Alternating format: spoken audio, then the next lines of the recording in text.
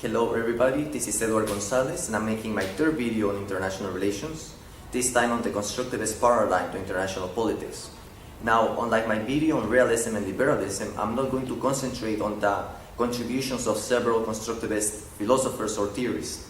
Rather, I will talk about constructivist theory as a whole, mainly concentrating on the ideas of Alexander Wendt, who wrote the article Anarchy is what states make of it, and then his 1999 book, A Social Theory of International Politics. Now, constructivist theory, or a constructivist paradigm, it is a theory that claims that understanding of reality is socially constructed. In other words, constructivists pay attention to how ideas and beliefs shape the perception of states and how that changes our conception of the world. Unlike realism, constructivism posits that concepts such as power, anarchy, sovereignty are socially constructed, meaning that they are not part of an objective reality. They are social facts, but they have meaning that can change with time. The constructivist paradigm places much more emphasis on social factors, ideas, beliefs, and culture, rather than on material factors, because for the constructivists, material reality explains very little about international politics. I'll give you an example. This is in a metaphor. Assume I have a hammer. I can either use it to attack as a weapon or as a tool of construction. Under the realist paradigm, there is the assumption that I will use it as an aggressor, that I will use the hammer to harm my neighbor or to be a threat towards you. For the constructivist, the realist is already assigning meaning to the person holding the hammer. The constructivist will actually try to question me. What's the meaning of me holding the hammer? And if I'm a constructivist holding the hammer, I will decide to use it as a construction worker instead of a weapon if I want to have good relations with my neighbors. Realism claims that material reality explains most of the world. Material reality or material factors, in this case being military strength. For the constructivist, military weapons, objective phenomena, or material reality, they only have as much meaning as people assign to them. So material reality explains very little. It's actually social factors over material factors that explain why states view the world as it is and how they interact with each other. As you can see, under constructivism tends to have a more open view of human nature. Realism thinks that human nature is aggressive or extremely self-interested. Liberalism sees it less aggressively, but is still self-interested, possibility of alliances, but a high probability that those alliances are going to disappear or untangle if it's not to a state's benefit.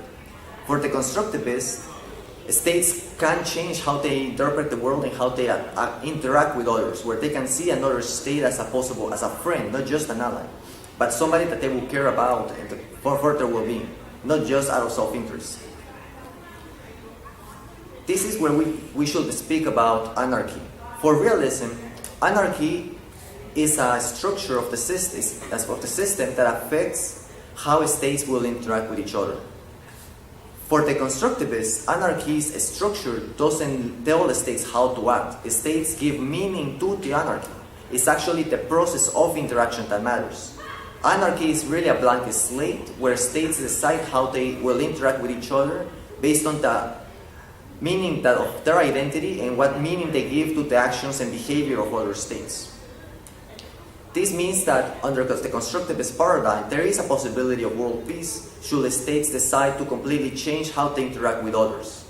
Instead of viewing other states as aggressors, I would interact with them as if they were my friends, and this in turn is going to make them believe that I am a possible friend instead of an aggressor. And this back and forth of social interaction between the states is going to lead them towards forming more friendly bonds and possible alliances that are harder to break. As you can see, constructivism is a very strong critique of the realist paradigm. Realism claims that it views the world objectively, but the constructivist actually argues that the realist is assigning meaning to anarchy. The realist thinks that they're viewing the world in an objective manner, but they're giving meaning to what they see. But the constructivist says that no, the realists are wrong. States don't have to act aggressively because of a structure. It's actually the process of their interaction that matters. States are giving meaning to the anarchy. How states interact with each other is what matters, not just who has more weapons or which state is bigger or the number of alliances. Constructivism opens a world of infinite possibilities on how states can interact with each other as long as they change their interactions and how they perceive the world. It's all about a back and forth and construction of identity. The realist paradigm tends to have trouble explaining change in the international system. For example, realism didn't predict the fall of the Soviet Union, or so the criticism goes. Constructivism tends to allow for room for more change in the structure of the international system, and it manages to explain changes of behavior that might seem out of the norm under the realist or liberal paradigms. Now, hopefully, this discussion of constructivism will make this paradigm a bit more clear, that what matters is not just objective or material factors, but social facts or social constructions, how these can change how states view the world and how they change their identities, and how this can affect their interactions with other states, and this in turn affect the structure of the international system itself. Process affects the structure instead of a structure being the main thing affecting the process of interaction. If you have any criticism of constructivist theory, put it below in the comments, and I'll be leaving a few links attached to the video so you can read more on the constructivist paradigm, which is incredibly fascinating. Thank you very much.